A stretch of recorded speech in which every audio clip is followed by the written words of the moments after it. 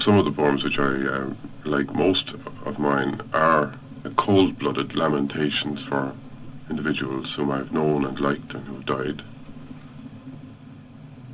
The artistic act is another, which the earliest poems I've written have been about the artistic act, and I still do them, but they're becoming slightly more elaborate.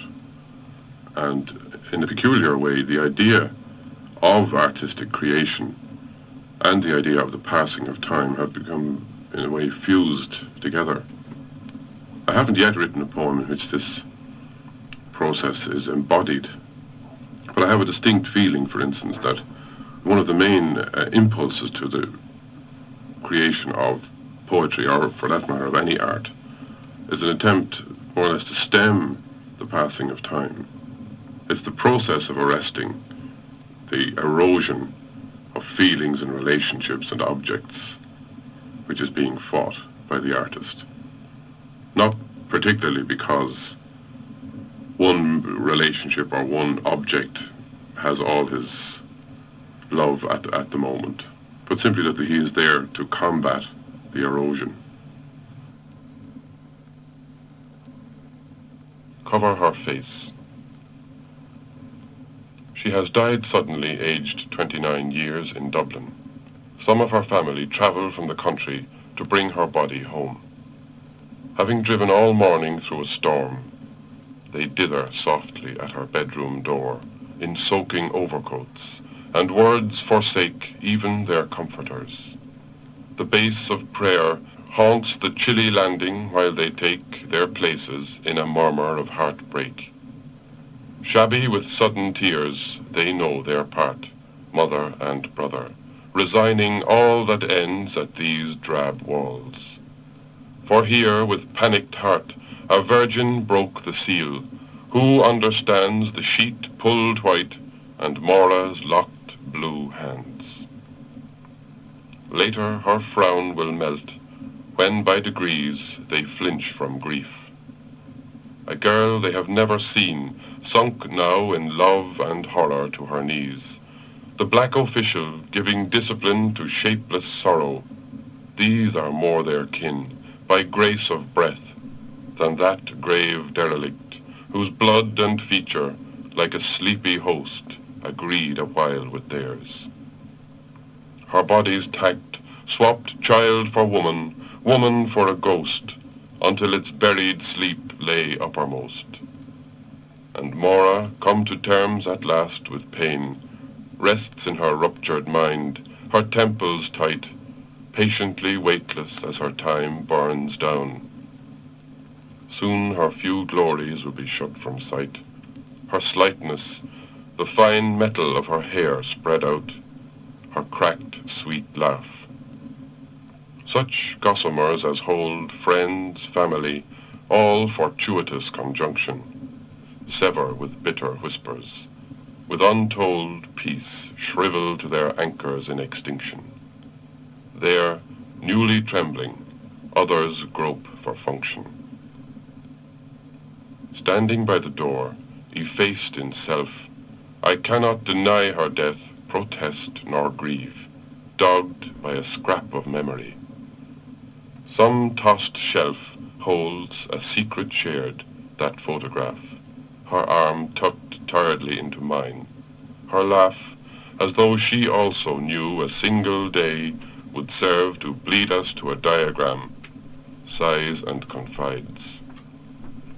She waived validity the night she drank the furnace of the Lamb, draining one image of its faint I am.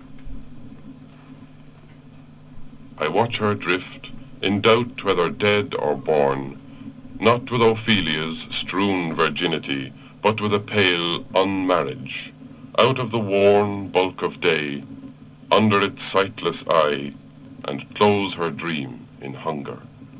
So we die. Monday without regret darkens the pane, and sheds on the shaded living, the crystal soul, a gloomy luster of the pouring rain.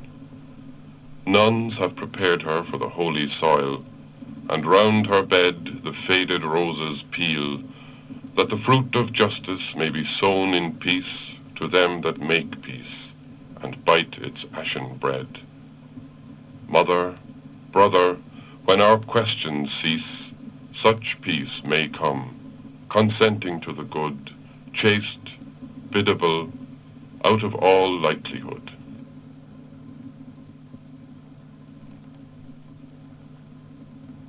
An old atheist pauses by the sea.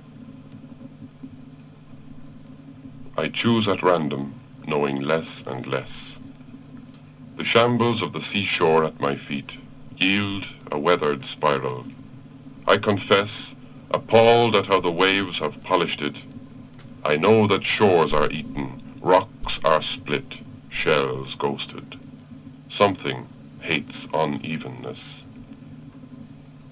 The skin turns porcelain, the nerves retreat, and then the will, and then the consciousness.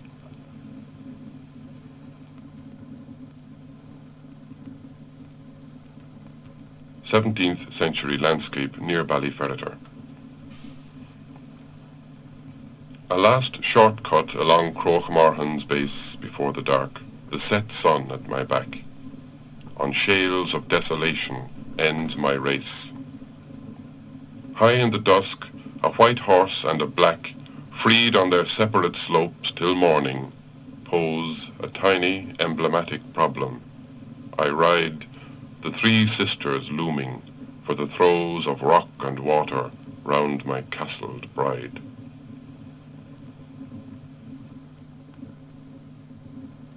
At the heart. Heraldic, hatched in gold, a sacred tree stands absorbed, tinkering with the slight thrumming of birds, the flicker of energy thrown and caught, the blows and burdens of flight.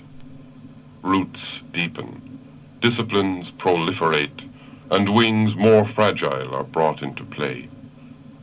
Timber matures, the game grows nobler, yet not one has sped direct as appetite.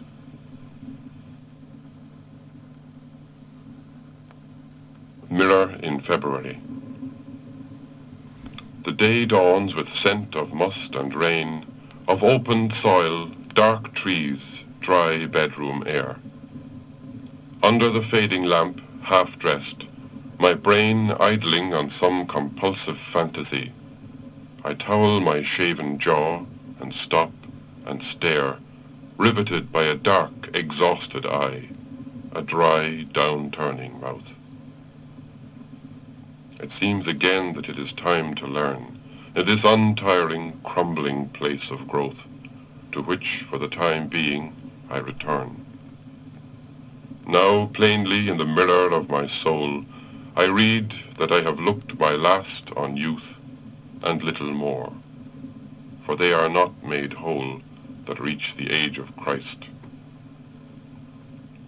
Below my window the awakening trees, hacked clean for better bearing, stand defaced, suffering their brute necessities.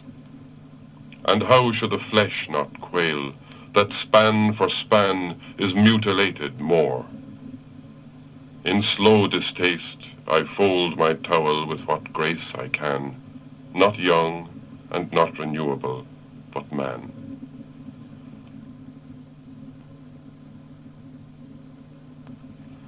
A country walk. Sick of the piercing company of women, I swung the gate shut with a furious sigh, rammed trembling hands in pockets and drew in a breath of river air. A rook's wet wing cuffed abruptly upward through the drizzle. On either hand, dead trunks in drapes of creeper, strangled softly by horse mushroom, writhed in vanished passion, broken down like sponge. I walked their hushed stations, passion dying, each slow footfall a drop of peace returning. I clapped my gloves. 3 cattle turned aside their fragrant bodies from a corner gate, and down the sucking chaos of a hedge churned land to liquid in their dreamy passage. Briefly through the beaded grass, a path led to the holy stillness of a well. And there in the smell of water, stone and leaf, I knelt, baring my hand, and scooped and drank, shivering, and inch by inch rejoiced. Ferocity became intensity. Or so it seemed, as with a lighter step I turned an ivied corner to confront the littered fields where summer broke and fled. Below me, right and left, the valley floor tilted in a silence full of storms. A ruined aqueduct in delicate rigor, clenched, cat-backed, rooted to one horizon. A vast asylum reared its potent calm up from the other through the sodden air. Tall towers ochre where the gutters dripped. A steeple, the long yielding of a railway turn through thorn and willow. A town endured its place. Joining the two slopes, blocking an ancient way with crumbled barracks, castle and brewery, it took the running river, wrinkling and pouring, into its blunt embrace. A line of roofs fused in veils of rain and steely light as the dying sun struck it huge glancing blows. A strand of idle smoke mounted until an idler current combed it slowly west, a hook of shadow dividing the still sky. Mated like a fall of rock with time, the place endured its burden. As a froth locked in a swirl of turbulence, a shape that forms and fructifies and dies, a wisp that hugs the bridge, an omphalos of scraps. I moved my glove backs glistening over flesh and forest-fed earth, till skirting a marshy field where melancholy brambles scored the mud, by the gapped glitter of a speckled ford, I shuddered with a visual sweet excitement. Those murmuring shallows made a trampling place apt for death combat, as the tales agree. There, the day that Christ hung dying, twin brothers armed in hate on either side, the day darkened, but they moved to meet with crossed swords under a dread eclipse, and mingled their bowels at the saga's end. There the first Normans massacred my fathers, then stroked their armoured horses' necks, disposed in ceremony, sable on green sward. Twice more the reeds grew red, the stones obscured. When knot-necked Cromwell and his fervent sword dispatched a convent shrieking to their lover, and when in peasant fear a rebel host through long retreat grown half hysterical, methodical, ludicrous, piked in groups of three Cromwell's Puritan brood, their harmless neighbours, forked them half living to the sharp water, and melted into the martyred countryside, root-eaters, strange as badgers. Pulses calmed, the racked heroic nerved itself for peace. Then came harsh winters, motionless water birds, and generations that let welcome fail. Road and river parted. Now my path lay gleaming through the greasy dusk, uphill into the final turn. A concrete cross low in the ditch grew to the memory of one who answered latest the phantom hag, tireless rebellion, when with mouth awry she hammered at the door, disrupting harvest. There he bled to death, his line of sight blocked by the cornerstone, and did not see his town ablaze with joy, the grinning foe driven in heavy lorries from the field. And he lay cold in the hill cemetery when freedom burned his comrades' itchy palms, too much for flesh and blood, and, armed in hate, brother met brother in a modern light. They turned the bloody corner, knelt and killed, who gather still at Easter round his grave, our watchful elders. Deep in his crumbled heart he takes their soil, and chatting they return to take their town again, that have exchanged a trench-coat playground for a gombeen jungle. Around the corner in an open square, I came upon the sombre monuments that bear their names. MacDonough and MacBride, merchants, Connolly's commercial arms. Their windows gave me back my stolid self in attitudes of staring as I paced their otherworldly gloom, reflected light playing on lens and raincoat stonily. I turned away. Down the sloping square, a lamp switched on above the urinal. Across the silent handball alley, eyes that never looked on lover measured mine over the Christian Brothers' frosted glass and turned away.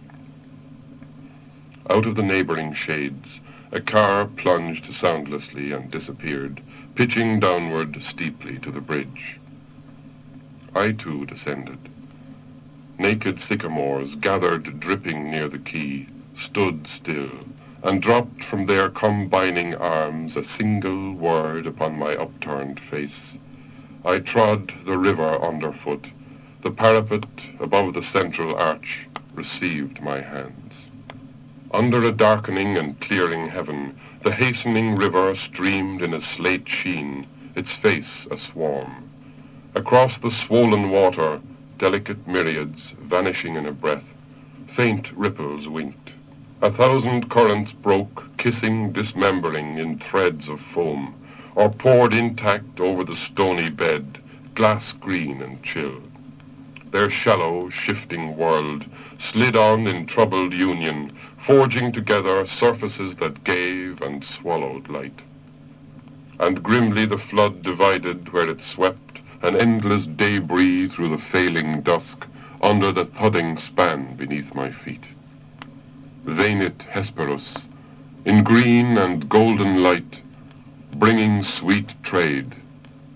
The inert stirred, heart and tongue were loosed. The waters hurtle through the flooded night.